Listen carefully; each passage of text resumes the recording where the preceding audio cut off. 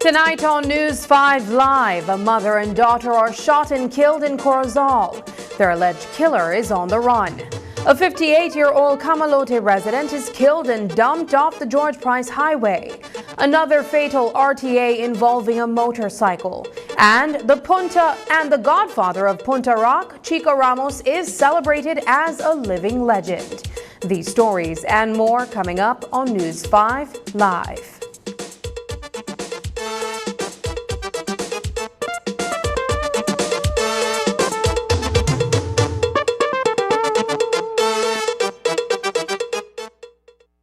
Time of year again. Time to celebrate being Belizean and do it in style.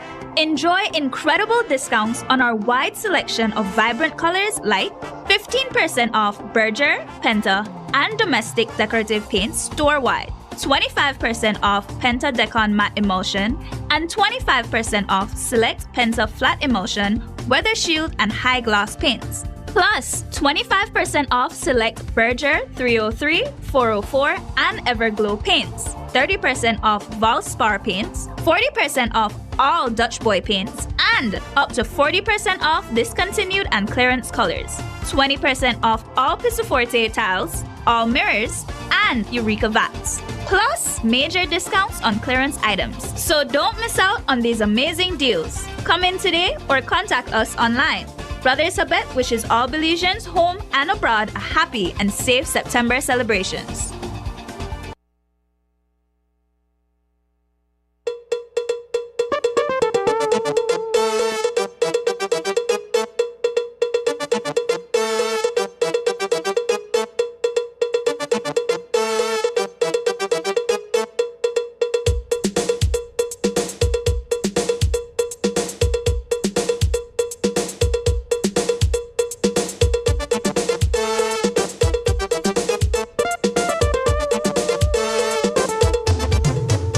This newscast is brought to you by the Belize Bank Limited. Our country, your bank. Good evening and welcome to News 5 Live for Monday, September 9th. I am Sabrina Daly. A mother and her daughter were shot to death this morning in Corozal town, and the suspected killer, Daisha Hill's ex-boyfriend, is on the run from police. The incident happened this morning shortly before 11 o'clock when Edwin Morin reportedly stopped by Hill's house and wanted to take custody of his daughter. In the process, there was an exchange of words between both parents, during which Marin allegedly threatened Hill and her mother, Natasha Clark. Marin left the residence and is said to have returned as a passenger on a motorcycle a short while later. He entered the home and reportedly opened fire on the mother and daughter, fatally wounding both women. It is a heartbreaking story that has left the community shaking, and a manhunt is underway for Edwin Marin. Of note is that Marin is no stranger to the law and has a history as a violent offender. We begin our newscast this evening with an interview that was conducted with Cheyenne White, the sibling of Natasha Clark. This morning at approximately 10:47 a.m., my sister, Natasha Vanessa Clark, and my niece, Asia Monique Hill, were brutally murdered in their home right here in Corozal town. This is a situation that I wouldn't want anybody to ever go through. I mean, it's still fresh. Turns out that my niece's ex-boyfriend, who had already threatened to kill her and has a history of domestic violence, came earlier in the morning, wanted to take their daughter, a 2-year-old daughter, and my niece refused to let him take the child, and then he said that he would come back and kill them. And at about 10:47, he came back on a motorcycle. He went as a passenger on a motorcycle.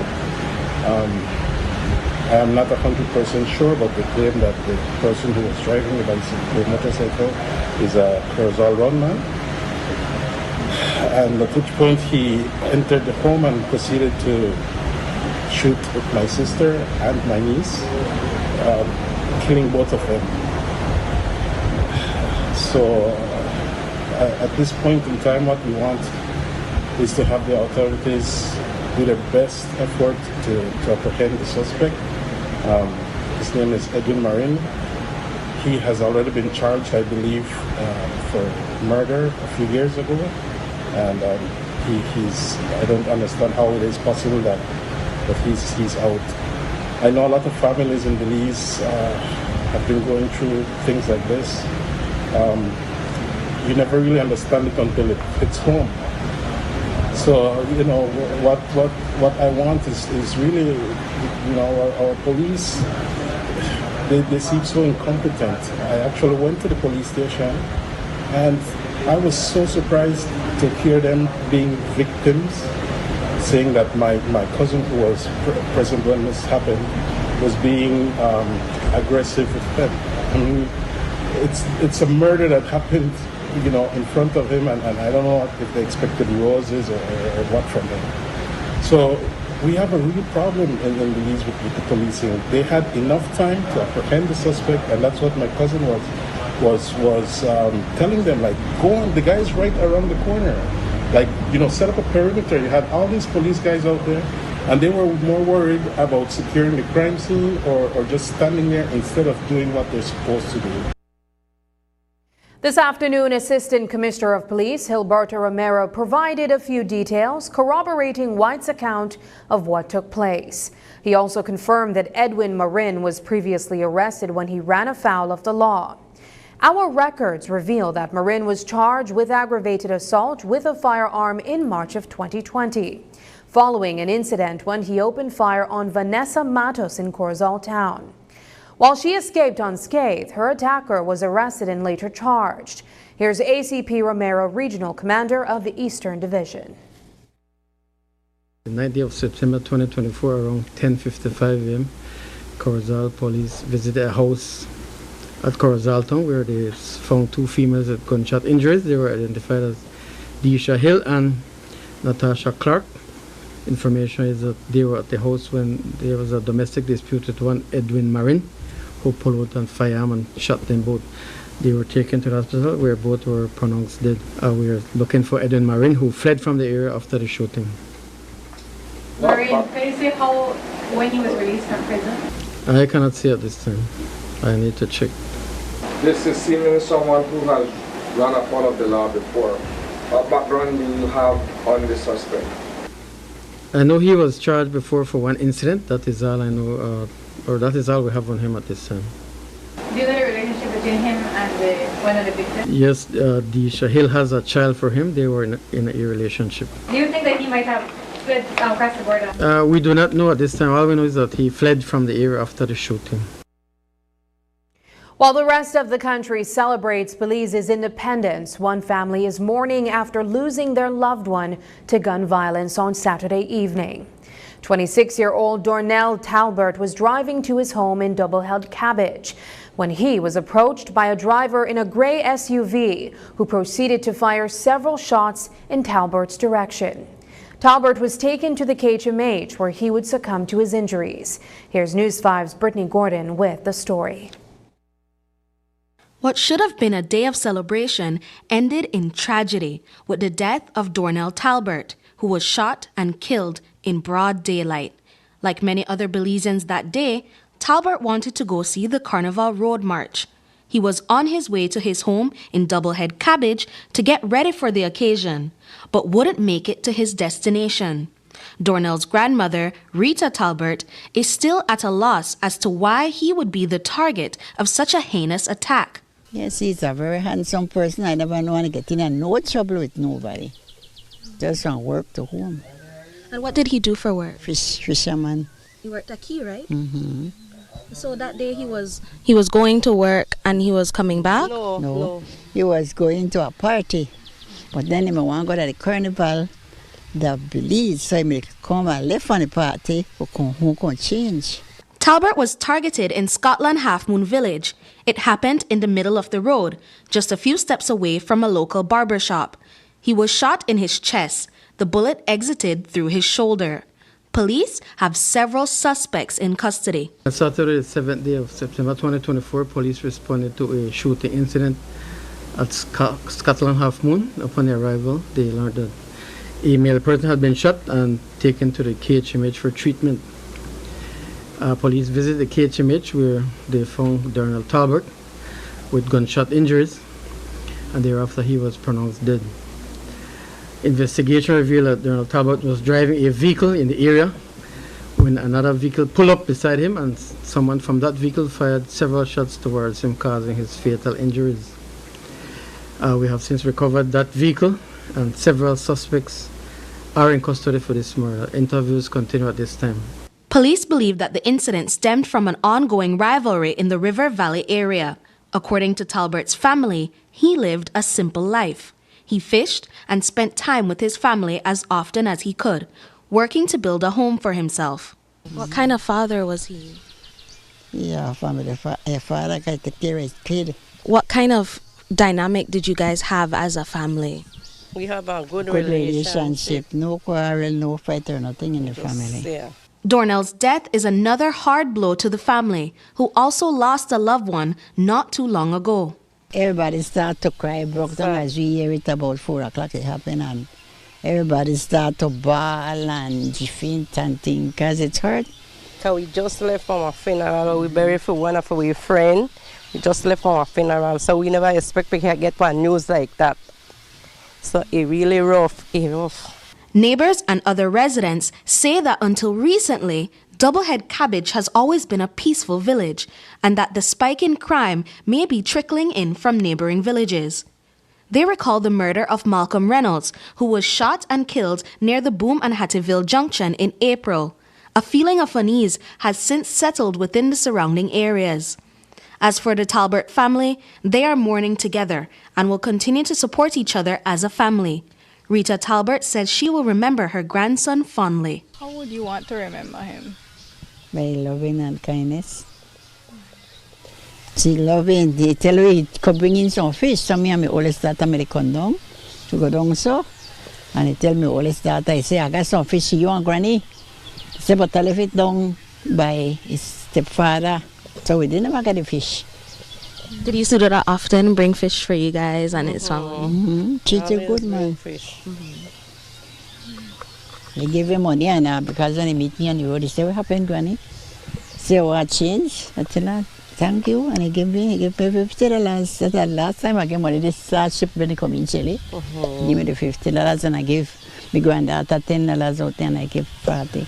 Quiet, yes. No disrespectful. Yes. No disrespect nobody. Brittany Gordon for News 5. A 58-year-old resident of Camalote village was killed about a mile away from his home in that western community.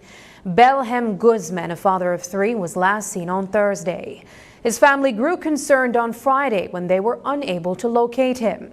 They made a Facebook post seeking public assistance to locate him.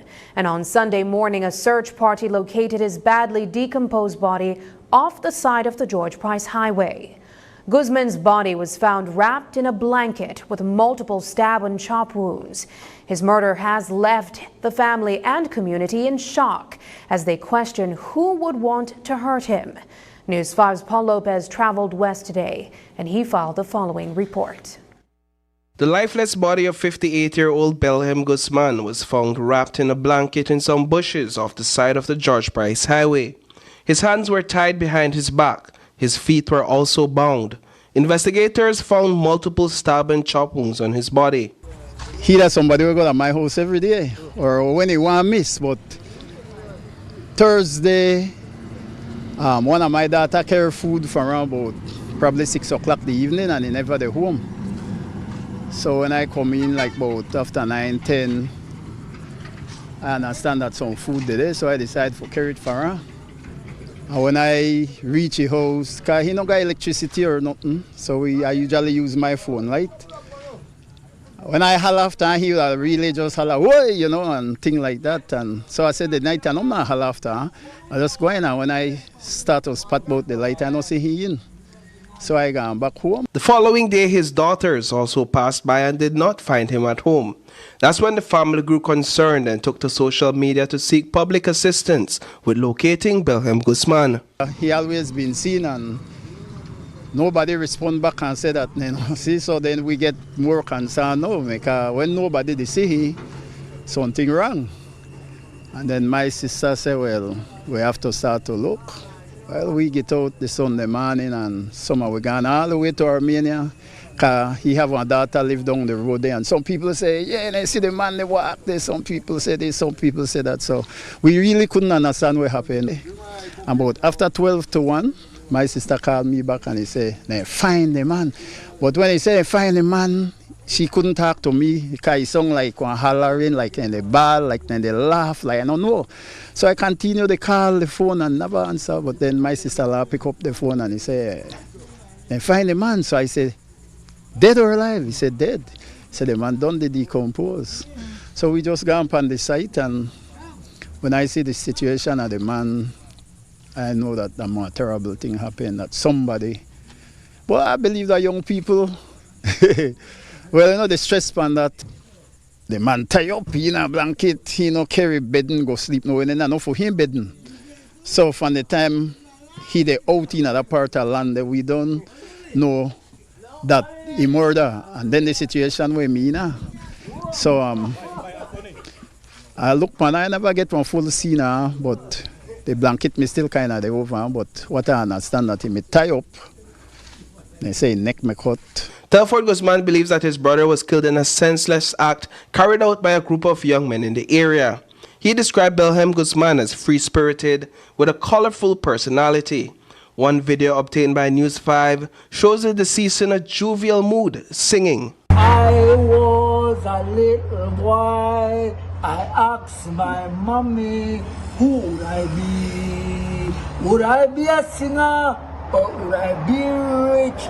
This is what she says to me. Go your disease, Titi.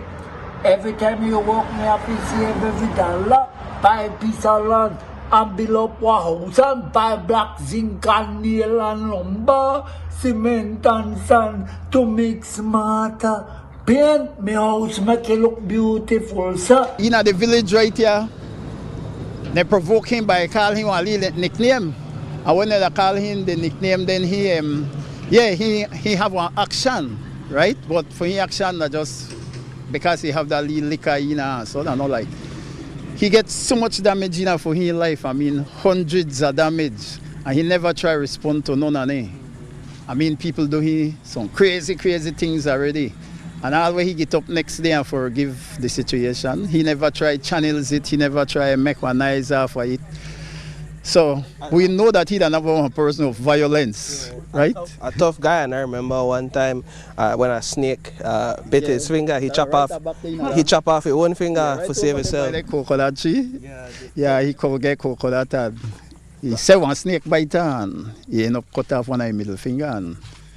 And boy, those always jinx and telling a cockspur jam and he chop off a finger, right? But I believe the man said the snake and he do that. Today, Telford Guzman and other relatives and friends were inside the Camalote Cemetery preparing a tomb for Belhem Guzman's burial. But when we see that situation, that are not knocked down, that are cruelty, murder. So we try to keep peace and we do what we have to do and hope for a better day. That's all. Reporting for News 5, I am Paul Lopez. Police are still working to ascertain a motive behind the murder of 58-year-old Belhem Guzman. Today, ACP Gilberto Romero told reporters that their investigation is yet to produce a suspect. Police visit Camalote village about 150 feet off the highway where they saw the lifeless body of a male person. He was identified as Belhem Guzman of the area of Camalote. He had injuries to his body, chop wounds. He was taken where he was pronounced dead on arrival at the medical facility. An investigation is being carried out at this time, and we have no suspects at this time. When was the last time you were seen? 2 days prior to his body being found. Ethan, an elderly man, well known in the village, I was walking up and down the road. The family suspects that it might have been younger residents in the village who might have attacked him. Is this what the police investigation? We do not know at this time. The investigation is ongoing right now. But no motive for why somebody no motive at this time. No. Coming up, 19-year-old aspiring veterinarian loses life in traffic accident. UNICEF is supporting the Belize government and other stakeholders in promoting healthy eating in schools by enforcing government policy on banning the sale of sugary beverages. This initiative addresses the high prevalence of overweight children, which stands at 36%, and obesity at 12.5%. Non-communicable diseases have been the top cause of death and disability in our country. And as a ministry, we looked at trying to target children and adolescents in our schools. The schools provide a very good opportunity for us to reach our target group. So we have our health educators and community health workers who are really taking on this campaign into the classroom settings. The campaign at my school restricts how much soft drinks that I intake, and also with the unhealthy chips, it allows me to stop eating it as often as I would. I prefer eating healthy because the healthy foods taste delicious and it benefits my body. My favorite fruits are orange, apple, and banana. They taste delicious and they keep me healthy.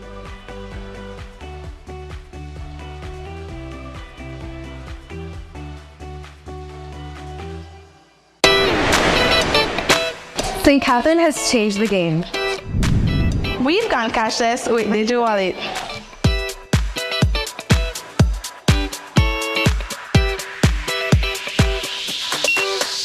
Now grabbing a bite in the cafeteria is a whole new experience. Who needs cash? We just pay with DigiWallet. And all our accounts are linked directly to our ID cards. It's quick, safe, and super easy. Download and try DigiWallet today. Set trends. Keep it cashless with DigiWallet. Let us help you to empower your school with DigiWallet. Streamline payments, elevate efficiency.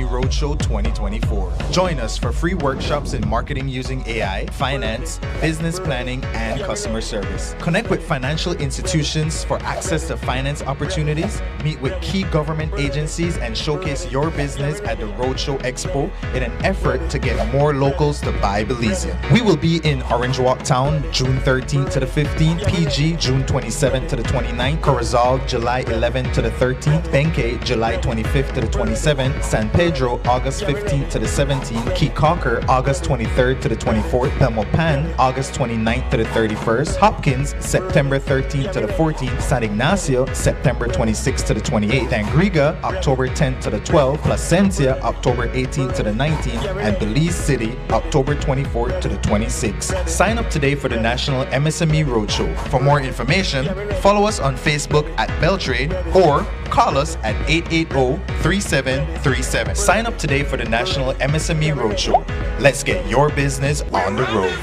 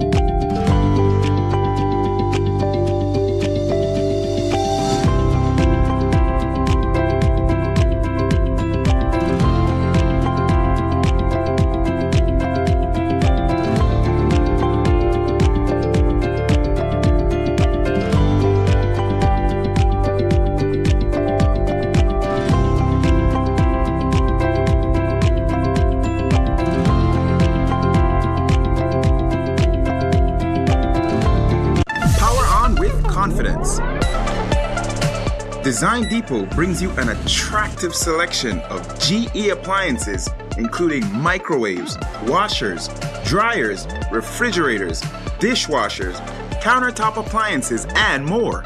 We understand the importance of appliances that not only endure, but also excel in performance. As your trusted GE USA authorized dealer, we stand for reliability and performance, ensuring that you can power on with confidence. Visit us today and power on with efficient, reliable, and energy-saving solutions with GE appliances from Design Depot. Design Depot, all in one place.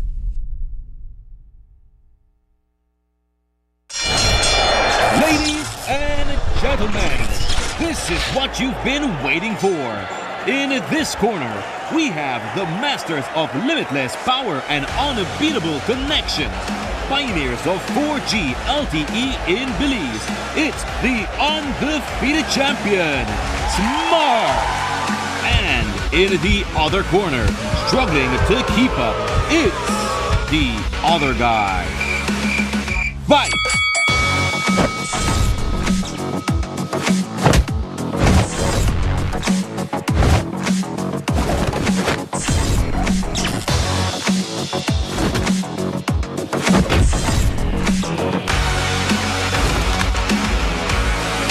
Tired of getting blow after blow from a plan with the other guys? It's time to tap out and join the winning postpaid plan provider. Smart's postpaid plans are a total knockout to the competition, and they have once again powered up their postpaid plans. Sign up for one of Smart's boosted postpaid power plans today and experience the victory of superior service. Smart, bringing people together.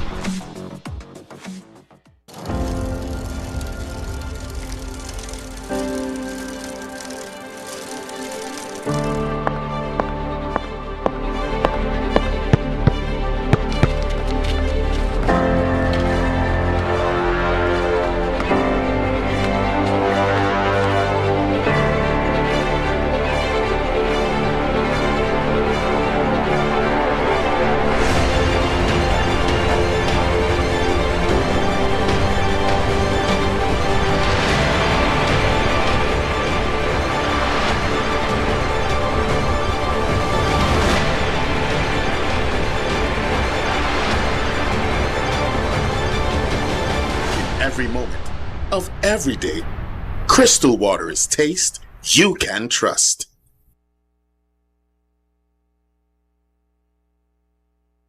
Police are investigating the mysterious circumstances under which 17-year-old Daryl Chuck lost his life over the weekend. Chuck was socializing in the company of two females in Dangriga and were consuming alcohol and marijuana when he suffered respiratory issues. They rushed him to the Southern Regional Hospital, and despite the efforts of medical staff, were unable to revive him. Here's more from ACP Gilberto Romero. On Saturday, police visited the hospital where they found Darnell Chuck, who was pronounced dead at the hospital. Investigation revealed that Darnell Chuck was at a bar with two females consuming alcoholic beverages. Thereafter, they left the bar and went to the seaside where information is that they were smoking cannabis. Thereafter, Chuck had difficulty breathing. He was taken to the hospital where he was unresponsive and succumbed to whatever else he had. We are waiting a post-mortem examination to determine the cause of death. No physical injuries were observed on him. Did he have any history of medical issues? There is no medical history, so we are waiting the post-mortem results. And do you guys have maybe the marijuana to test if anything else was in it? No, we don't. They had smoked it at the seaside and then they ended up at the hospital. And will I don't know if the police or the morgue does that pathology report? Yes, that is a part of the investigation. Those samples will be sent for testing. Attorney at law Norman Rodriguez is tonight speaking out against what he says is an abuse of police authority. Rodriguez is representing a Belize City man who has been charged for discharging a firearm in public. According to Rodriguez, one of his client's family members was being attacked by a knife-wielding man. In response, his client reportedly pulled out his licensed firearm and fired a single shot to the ground. When police arrived on the scene, both the knife-wielding man and the individual who fired the shot was detained. Rodriguez contends that his client acted in a manner deemed appropriate to de-escalate a situation that could have turned fatal. Rodriguez's complaint, however, has to do with the manner in which the case is being handled by the police. He was supposed to be brought to court this morning for arraignment, and I came down to court when I was informed that the court book had to be sent back to the police station for them to amend. My understanding is that they wanted to charge him under the Crime Control and Criminal Justice Act, the Firearms Act, which would have led to him not being able to be granted bail under the Crime Control and Criminal Justice Act. So I waited, and this afternoon they brought him about a half hour ago, and when I was notified that the facts does not support the charge, so they have to take him back to Queen Street. It is an abuse of process. It is an abuse of the authority the police is given. There's no right for them to to charge this man. He should be brought to the court within a reasonable time immediately after the charge. Yet they have delayed in that they have gone to amend the book, and now they come back, they've taken the man back to the police station. So I take issue with that, because if we expect the remainder of the society to respect the police and the procedure, then they must adhere to the laws and rules that govern them. What is the recourse going forward? What else can be done at this juncture? Well, I intended to make an application before the Chief Magistrate for the man to be released. I don't know if the Chief Magistrate has that discretion, but at least I, as the attorney, I would have brought it to the rightful authority to have it addressed in some form. But like I said before, the police expects that the remainder of the society to respect them and even assist them when crimes are being committed. I mean, you have no right to defend your family in a case where the life might have been taken. The man had a knife, he was probably going to harm her with it. And this is what the family believes, or this is where they believe that the police was wrong. And I've heard ramblings in this area where they believe that the man should not have been charged. After the break, government of Belize condemns lewd dancing involving male minor. But first, here's a weather update with data from the Belize Met Service.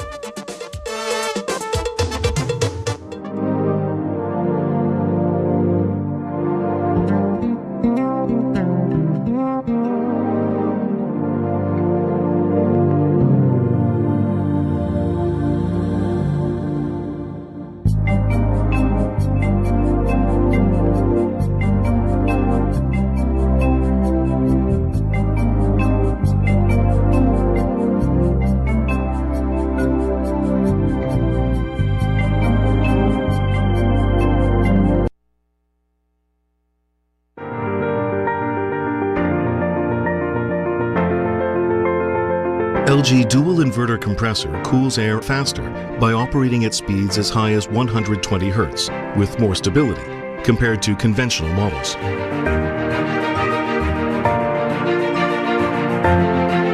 It also saves up to 70% more energy by operating at speeds as low as 10 Hz with more stability.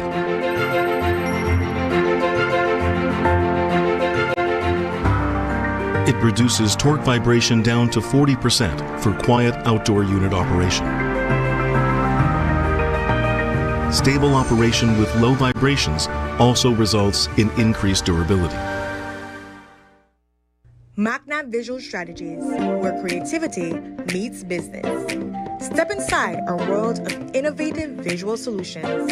From captivating graphic design to expansive wide format productions, our services are tailored to bring your vision to life. Experience the impact of our high-quality signage and billboards, embroidery, promotional items, and professional paper printing, all designed to elevate your brand's presence. Every project reflects our commitment to creativity, quality, and client satisfaction. At MacNav Visual Strategies, we transform ideas into visual realities. Get in touch today.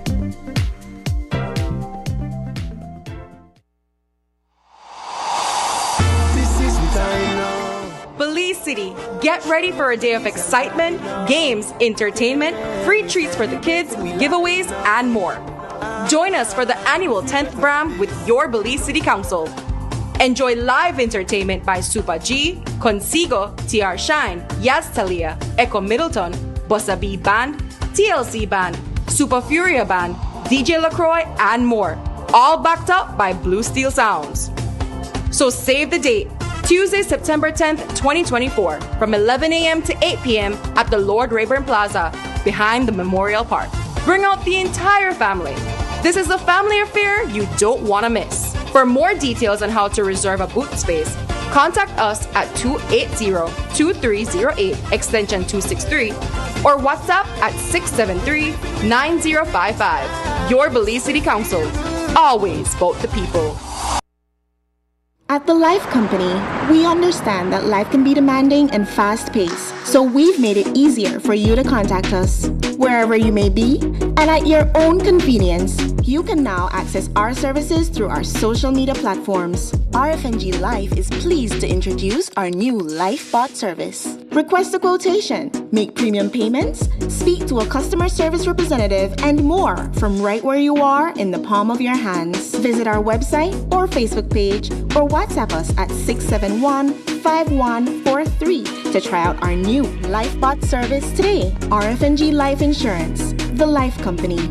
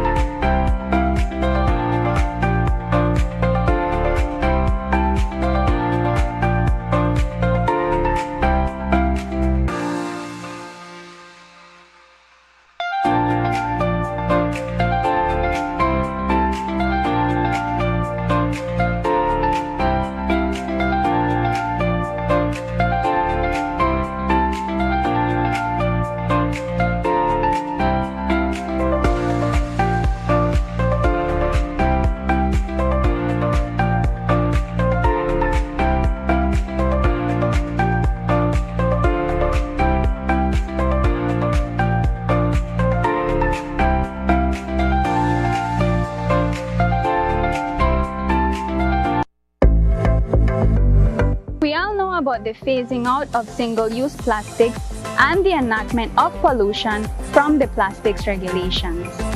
One of the key components in this regulation states that for an item to be considered biodegradable, it must consist of more than 50% of bio-based content. Here, you will find out how the Department of the Environment determines what items meet the criteria and what equipment is being used to guide that process. Since 2019, the Department of the Environment has been working with CFAS in doing microplastics. Through this project, CFAS has donated 2 microscope Fourier transform infrared spectroscopy equipment to strengthen capacities on monitoring and enforcement to reduce marine litter and plastic pollution. The FTIR can be used to identify unknown materials. The Department of the Environment will use the equipment to determine the composition of single-use plastics and biodegradable products to enforce the environmental protection, pollution from plastics regulations. While we have a long way to go with the implementation of the pollution from plastics regulation, having this equipment is one step closer. For more information on what's being done about biodegradables and ways you can help, visit our website at www.doe.gov.bz.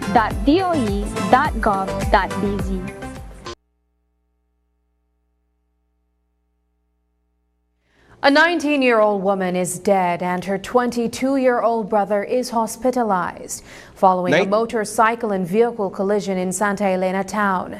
Tamisha Jayal and her brother Keenan Rag were traveling towards San Ignacio on a motorbike when the bike collided into a pickup truck. The incident left Tamisha with fatal injuries one day after her birthday. She graduated from Galen University only a couple months ago and was well on her way to becoming a wildlife veterinarian. News 5's Paul Lopez tells us more. 19-year-old Tamisha Jayal and her brother Keenan Rag were traveling towards San Ignacio on a motorbike when it collided into a pickup truck. The vehicle was attempting to make a left turn off the highway when the collision occurred. Both Tamisha and Keenan were flung off the motorbike. Tamisha's injuries proved fatal. Sadly, her death came one day after her birthday. We spoke with Tamika's mother, who is presently with Keenan at the Carl Huchner Memorial Hospital. So Tamisha just turned 19 on September 7th. So the family and I were out celebrating with her. My son had just turned 22 September 4th. So we were all doing one joint birthday with the family, her granny, grandpa, my husband and I, her brother. And then we decided to go home and they stayed in San Ignacio and they had a blowout. So the vehicle stayed in San Ignacio and a kind friend lent them the bike to come home. So Sunday morning I was getting ready for church. I turned around and I told my daughter I love her. I told my son I love you. I said I'm going to church and they said, Mom, we're going to drop back the bike because they loaned it to us. So they got on the bike. And while I was walking into church, I heard and I turned around and I saw when the bike passed and I waved. I didn't know that would be the last time I would say goodbye to my daughter. As Linda Jayal explained it, the accident occurred while her children were on their way to return the motorbike to a friend. Keenan was in the driver's seat. She says they were a short distance from the friend's home and they were not driving with great speed. He said in the vehicle coming in the opposite direction, because he was heading to San Ignacio, the vehicle coming from the opposite direction just turned in front of him and he said, Mom, I couldn't stop. He said the only thing I could have done was brakes. And when he brakes, he said he used his right hand to try and grab his sister. He said, but he couldn't hold her. And he fell off the bike and I don't know if she was knocked by the vehicle or what. By the time I reached their front church, she was already in the ambulance and the ambulance told me that I had to follow. I didn't get to see her. I went up to the Carl Huchner Hospital, San Ignacio Hospital. I want to say thank you to them. They were wonderful. They came out every minute telling me what was happening. They said that they pumped my daughter's heart for 20 minutes. But I couldn't revive her. Tamisha Jill graduated from Galen University in its 2024 class with an associate's degree in veterinary technology. She graduated at the top of her class and was volunteering at the Belize Wildlife and Veterinary Clinic just outside of Georgeville. Her rubber boots, raincoat, and field hat are all together at the clinic, a reminder to her colleagues of life's fragility. Yes, this was definitely her strong interest. She was a first for me and an aspiring Belizean wildlife veterinarian that was going to take my role eventually. Yeah, and how is that unique for Belizeans? Yes, we have very few veterinarians in the country still, and when it comes to wildlife, it's of course an interest for some, but we don't have a person yet in Belize that wants to take it on as a full-on profession. Well, her positive approach to life.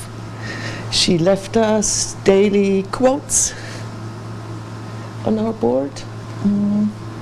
So aside from being very passionate about the environment and animals, which is a rare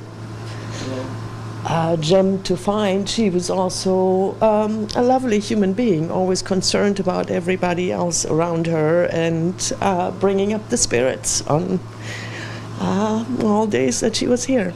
She had high honors. They recognized her at Galen. She had her whole future in front of her. We had applied to 3 different universities for her to further her education. She was the most beautiful, loving, caring young lady. According to Linda Jill, both of her sons' arms were fractured in the incident. She says he has a great deal of experience with motorbikes and is a member of a bikers group. Police says a notice of intended prosecution has been served upon both drivers. Information is that a Nissan Frontier was found at the scene, and also a Kawasaki motorcycle was seen with extensive damages. Information is that the Kawasaki ran into the pickup and crashed. As a result, Keenan Rugg received injuries and who was the driver, was taken for medical treatment. And he has a passenger with him named Tamisha Jill. She was taken to the hospital where she succumbed to her injuries. Blood sample and NIP has been served on both drivers. Investigation to this report continues. Reporting for News 5, I am Paul Lopez. The annual Carnival Road March was held without incident on Saturday, as thousands of spectators turned out to cheer on the revelers who participated in the parade. This year saw a new route being taken for the carnival. While the police were on hand to ensure the safety of onlookers and revelers, there is one incident that has raised the ire of many. During the festive procession, a reveler from one of the mass bands is seen dancing lewdly with a little boy. The video, which has gone viral, has drawn heavy criticism from the public. It has also been condemned by the Ministry of Human Development and the National Committee for Families and Children. Earlier today, NCFC issued a statement admonishing the behavior of the reveler. The release goes on to say, quote, "The Ministry of Human Development, Families and Indigenous Peoples Affairs and the National Commission for Families and Children unequivocally decry and condemn the recent inappropriate public display of a sexual nature involving a woman and a child." This incident, which occurred during the Carnival Road March on September 7th, has sparked significant concern among the public, as it highlights a very troubling disregard for the safety and well-being of minors and the public in general. This lewd display involved a child in a manner that compromised his privacy and exposed him to undue scrutiny and potential harm. Such actions are unacceptable and undermine the trust that communities place in public events, end quote. Commissioner of Police Chester Williams has also condemned the reprehensible act. 5 persons, including 3 women and 2 men, have been arrested and charged for their roles in the savage beatdown of a 15-year-old girl last week following a mass camp here in Belize City. A video clip of the teenager, identified as Carly Smith, shows several women embroiled in a fight that ends with Smith being viciously and repeatedly kicked in the head. According to ACP Romero, the persons charged in connection with the incident were arraigned earlier today. A reference video that surfaced on social media regarding a fight that happened on the 5th of September 2024. An investigation was carried out, and since we have arrested and charged 5 persons, they are Kimara Castillo, Kaylin Diego, Christina Turton, who were charged for grievous harm, and Felix Shepard and Aniji Konroki were charged for abetment to commit grievous harm. They were to appear in court this morning. What caused the fight? Some provocation of a female, and she made a report, and so these persons were charged. Can you establish who were charged for physically assaulting a minor and who were charged for recording? The first 3 that I mentioned, those are the ones that physically assaulted her, and those were charged for grievous harm. And the other 2 males for abetment to commit grievous harm. And that was due to them recording? That is correct. Tonight, all roads lead to the Lord Rayburn Plaza, where renowned Punta Rock artist Chico Ramos is being celebrated as a living legend. The annual concert series is in its 3rd year, and the Institute of Creative Arts and Niche have put together a show that promises to be electrifying. Here's Kim Vasquez, the director of ICA. Tonight we have the 3rd edition of the Living Legends concert series taking place at the Lord Rayburn Plaza.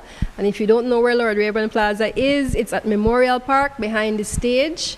This is the 3rd edition. We began the concert series in 2022 with the inauguration of the plaza, and the awardee that year was Lord Rayburn himself. And we did it again last year. For Gilhari 7, they were celebrating their 50th anniversary as a band. And so once again, this year now, we are back with the 3rd edition of the Living Legends concert series. And this year, we are so excited to be honoring the godfather of Punta Rock, Chico Ramos. How do you go about the selection of these living legends in terms of being able to pay homage to them? Okay, so the concert series is coordinated by Niche, but it is under the auspices of the National Celebrations Commission, Chairman Honorable Francis Fonseca. This is something that I think is very much in line with his vision, recognizing artists, cultural workers while they're still among us. And so far it's been very organic. I mean, we were approached by Shane, with whom we have good relationship here at ICA, Gilhari 7, and he said, Miss Kim, it's the band's 50th anniversary, because of, the legacy and everything, can we do something? And I said that would fit perfectly with Living Legends concert series, and that's how we did that one there, a different format. And then again, we started to discuss when we convened the National Celebrations Commission, and the recommendations were brought to us, and they said, this is timely, we need to do this for Chico. We want everyone to come out. It's going to be a spectacular show. There is a lot of history that's going to come out, a lot of cultural heritage that's going to be told, the narrative of his career of Punta Rock. There'll be guest performances by Lord Rayburn himself as well. Chico Ramos will take the stage eventually. There's Super G, Kenny Glenn and the New Creation Band, Harrison Doggy King. There's going to be lots of food and drinks, and entrance is free. As the final preparations are underway for tonight's celebration of the musical legacy of Chico Ramos, we reached into our vault for a flashback story that was first aired 3 decades ago. This feature that was put together by former Channel 5 reporter Delroy Cutkelvin looks at Ramos's prolific output in Belizean music. Turn on your radio on any given day, and the probability is high you'll hear one of his songs.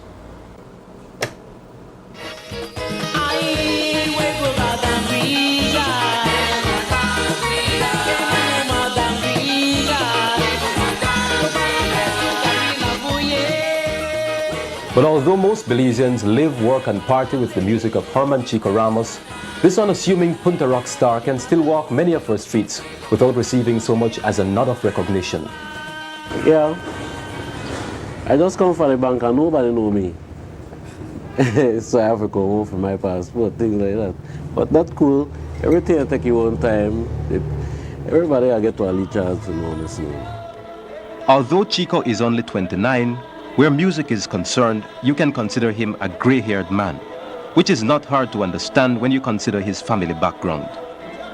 My grandfather from my pa side and my ma side are musician, so like that was my inheritance. This thing come just like that. So you never had no choice? No, yeah, you know what I mean? One of Chico's grandfathers was the late T.V. Ramos, the famous founder of Garifuna Settlement Day. Chico's first attempt at commercial music came in 1976 at the tender age of 13 when he joined the Super Jays in his hometown Dangriga as a drummer. He moved to half a dozen bands within 3 years and in 1979 became lead singer and drummer for the newly formed Sound City Band. From what time do you consider yourself to have been a star? I don't consider myself as a star. I just a local musician. Well, when did people start considering you a star? When did you become professional? 1981. That was also the year Belize attained its independence. At that time, Chico composed a song entitled Forward Together, which he revived during the 10th anniversary of independence celebrations last year. In 1982, Chico, along with some of his musical colleagues, formed the band Songs Incorporated. The other members of the band, whose names will go down in history as pioneers in the nationalization and internationalization of Garifuna music, are Chago, Higgins, Vood, and Peru. This music of all of them, and I think the same people that when me put we down, that then the benefit of it right now. Really? Yes, because I didn't play the music now. Since 1989, Chico has been living in New York, where he spends almost all of his time on music, whether on the stage, in the studio, or at home. He has taken his music to several other parts of the United States and recently made a tour of Europe. Despite Chico's absence from Belize, the band is still going strong. Occasionally they travel abroad to accompany him, and when Chico returns home, which happens frequently, he falls right into place. What to you is the most important element of the musical accompaniment? Turtle shell. Turtle shell? Mm-hmm. Why? That's the way part Punta Rock is recognized. Really? Mm-hmm. If the turtle shell not there, you don't play Punta Rock. Serious. In what setting you like to perform most? I like perform the concert. Why? Because I think I perform better for concert, show concert time and the crowd reaction. Right. I think I don't kill a per concert. If he wasn't a modest person, Chico would have said super killer. For indeed listening to this man's music is not enough to appreciate even one half of his talent. The real Chico, a master performer, can only be discovered live in concert.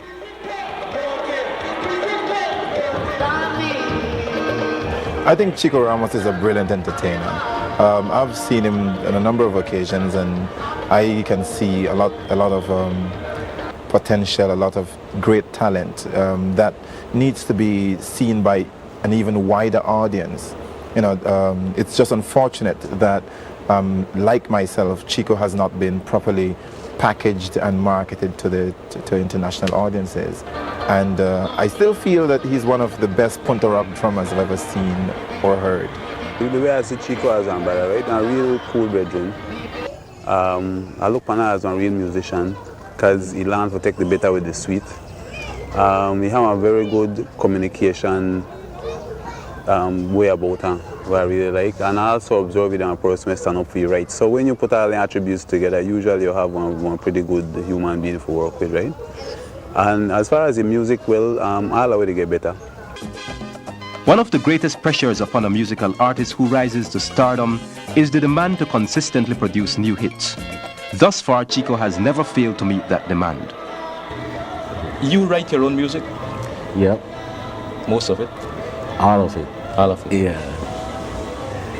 Where you get the inspiration from? How do you come up with a song? do you sit down and say, I want to come up with a new song? Or does it just come in your mind and you start writing? Everyday living. If I see something happen out there, that's our song. Everything will happen, our song. Like this right now, this could be a song. Sure. Yeah. So my dear Channel 5 now song. Right. Yeah.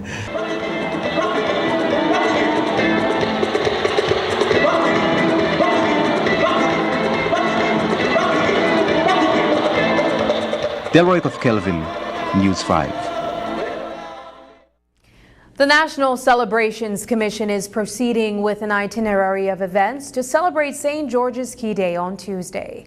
Here's Zika Director Kim Vasquez once again. In the morning, we have, of course, the official ceremonies at Government House at 9 a.m. I think everybody looks forward to this because a big part of that is the installation of the new Queen of the Bay. And then after that, we have festivities right back at Memorial Park and Lord Rayburn Plaza. We go back out there for Bram, hosted by Belize City Council. When we return, 2 Belizean students off to Jamaica on athletic scholarships.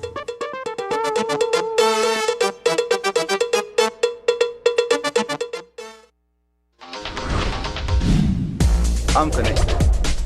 Yo. I'm connected. We're connected. Create the perfect broadband bundle that fits your style with Smart Connect.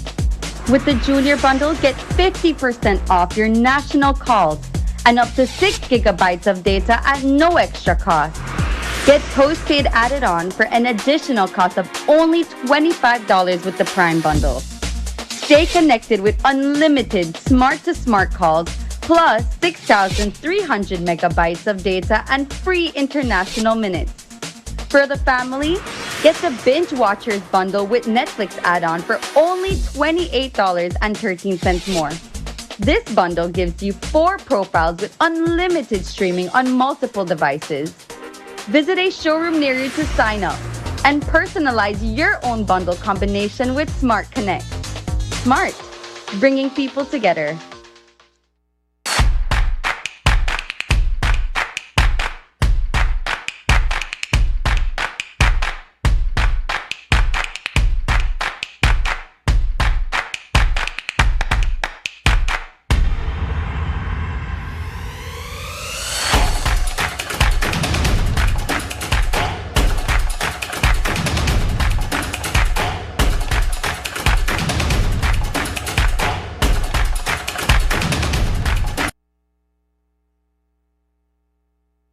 Last week, the Belize Athletic Association issued a statement announcing that Kojak Smith and Gregory Myers would no longer be serving as president and public relations officer, respectively. According to Smith, their removal from the posts was unconstitutional and had no grounds, as he believes that proper protocols were not followed. Smith has since sought the legal advice of attorney Gled Godfrey. We asked Smith for an update on the situation. At this point, like you said, we got legal counsel from Glenn D. Godfrey & Co. Company. Other than that, we're just looking and researching what is our next move, as well as discussing with the parent bodies that we are bound to by the Constitution as well. And other than that, it's just trying to remain positive. The work doesn't stop.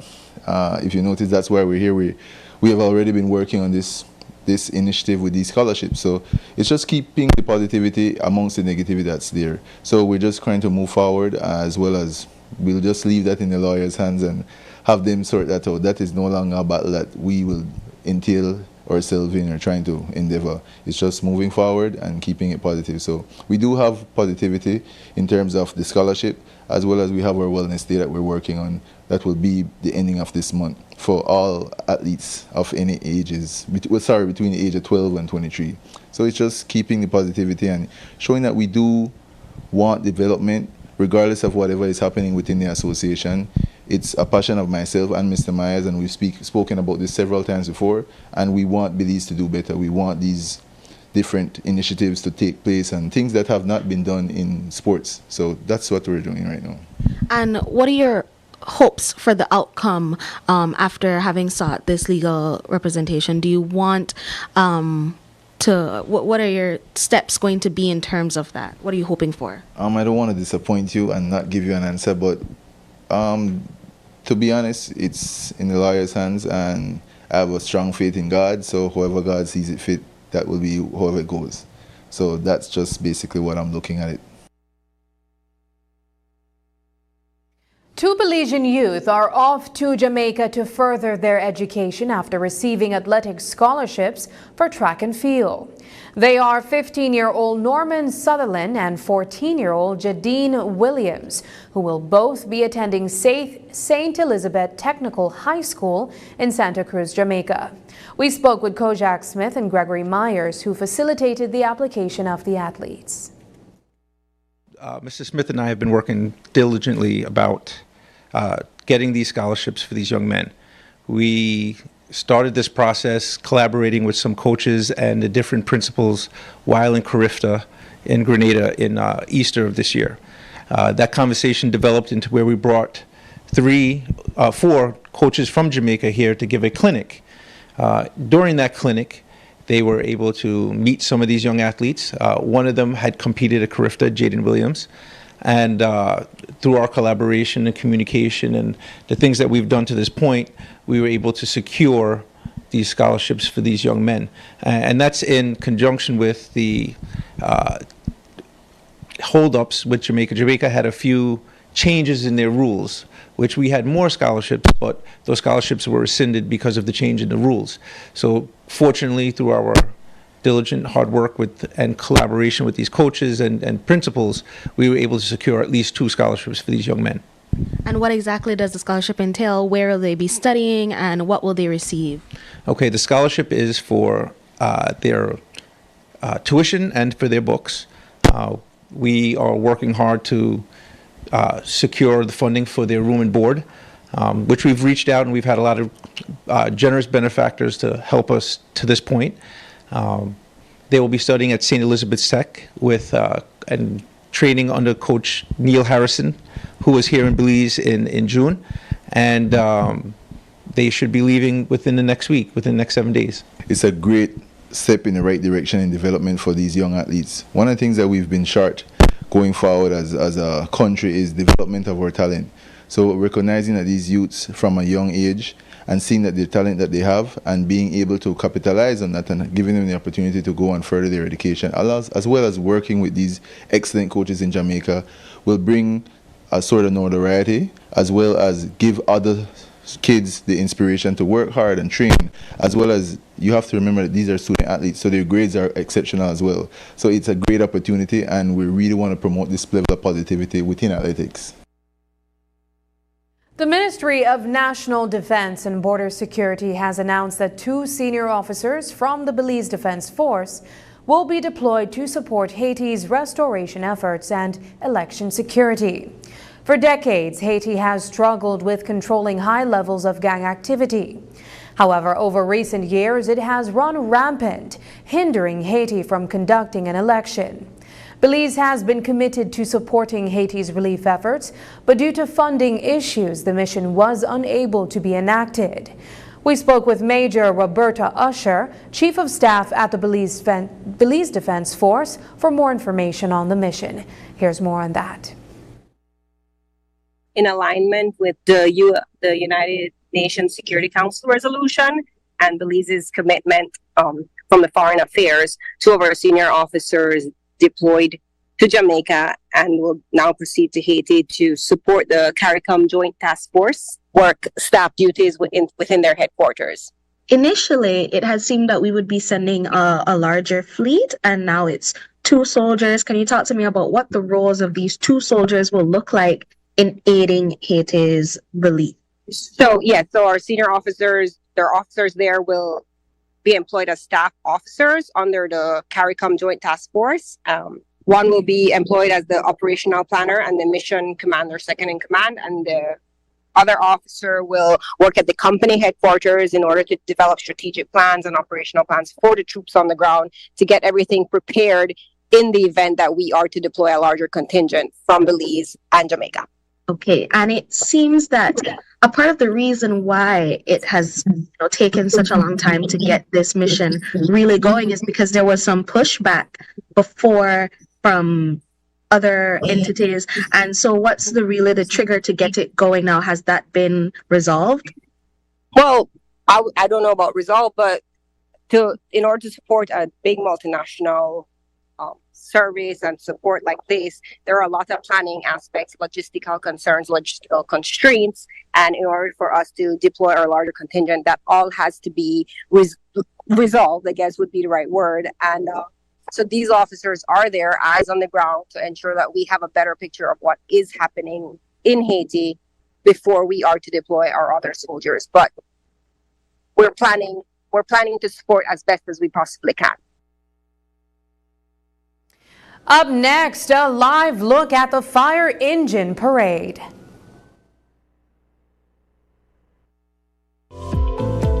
Unwrap the joy of crystal clear picture and sound from Aiwa, the brand that offers you affordability and exceptional quality. Aiwa has a wide range of exceptional products to choose from, such as TVs, speakers, headphones, home appliances, and much more at affordable prices that won't break the bank.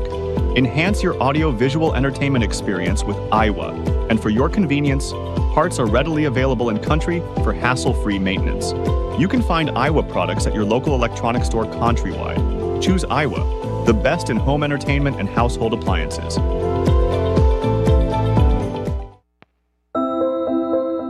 We love our cars. They take us where we need to go and allow us to explore, work, and even make memories. RF&G Insurance prides itself in offering coverage options for you. We are pleased to reintroduce our Super Act policy. Drive with confidence, knowing that you are protected on both public and private roads. Experience outstanding service and reliable protection that is tailored to your budget. WhatsApp us at 670-8700 or visit an agent near you to learn more. Remember, it pays to get it right with RF&G Insurance, a Road Group company. La formación del Centro Neurológico del Hospital Galenia es que esas enfermedades que son altamente complejas y que muchos de nuestros pacientes tenían que emigrar hacia otra parte de la República u otra parte de México, ahora pueden ser atendidos aquí. La atención quirúrgica en el centro neurológico se forma dentro de un grupo multidisciplinario que incluye tanto neurólogos, médicos internistas, ortopedistas, neurocirujanos, pediatras. Y este esfuerzo que se ha realizado para conjuntar a todos los especialistas es para siempre brindar al paciente un abordaje multidisciplinario y transversal. Evidentemente, mientras más rápido podamos llegar al diagnóstico de los pacientes, más rápido podemos tratarlos, resolverlos y por ende mejor resultado vamos a tener al final. Entonces creo que la prioridad y el fundamento principal de un proyecto como este es justamente eso, que no se pierda tiempo de forma innecesaria para poder al final del día llegar al mejor de los resultados con un tratamiento completo, integral y oportuno.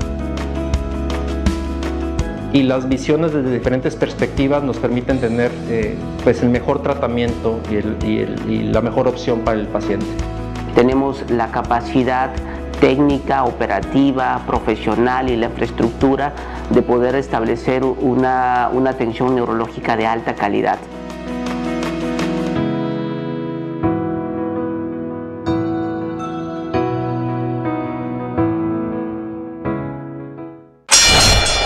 Ladies and gentlemen, this is what you've been waiting for.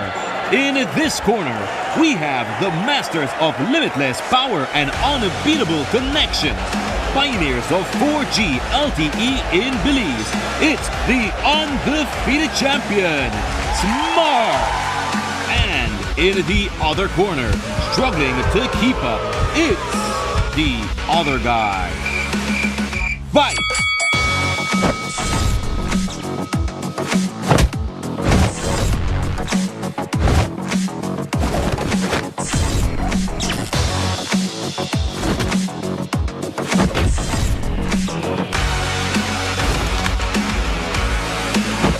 getting blow after blow from a plan with the other guys? It's time to tap out and join the winning postpaid plan provider.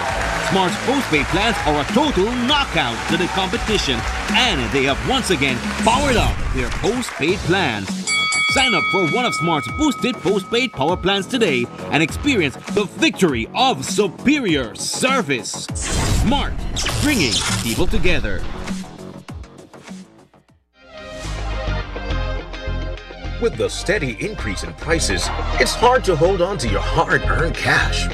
Well, here at Benny's, prices are steadily falling, making it easier to stretch your dollars. Prices are slashed on roofing, plywood, nails, rebar, paints, lumber, and other products for your construction needs. And with fantastic discounts going on right now, get store-wide deals on select products from now through September 30th. Visit a Benny's store near you today, where the prices just keep on falling. Benny's, quality and savings.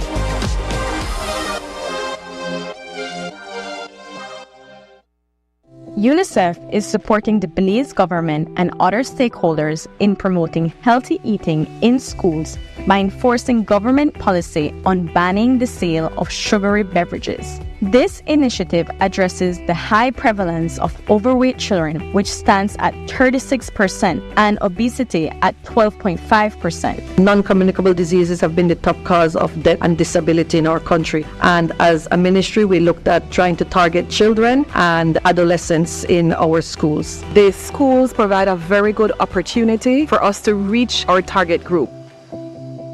So we have our health educators and community health workers who are really taking on this campaign into the classroom settings. The campaign at my school restricts how much soft drinks that I intake, and also with the unhealthy chips, it allows me to stop eating it as often as I would.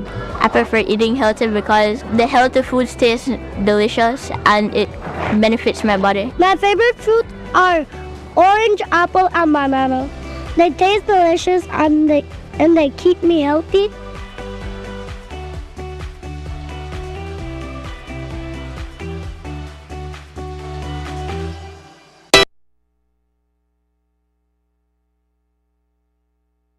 A San Ignacio resident has won big on a scratch and win ticket with a $20,000 prize.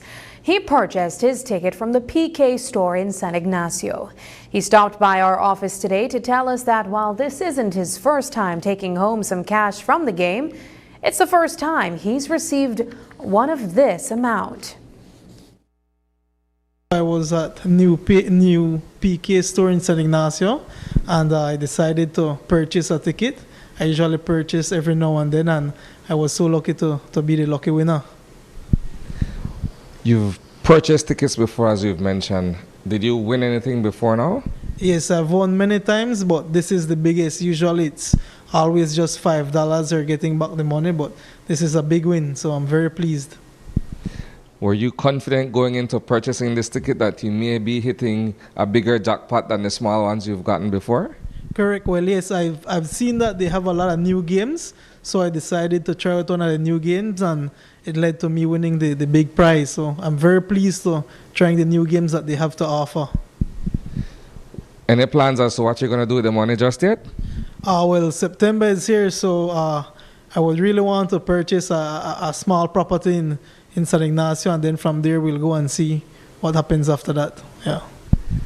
Any perhaps word of advice for anyone who's considering getting in on the game and trying their luck? Buy scratch. Scratch pays off, you win. It's definitely the way to go. One of the best games in Belize at the moment. Honestly, I'll keep playing, and I recommend everyone else to keep playing. It does pay to play scratch. We end our newscast tonight with a live view from the annual Fire Engine Parade.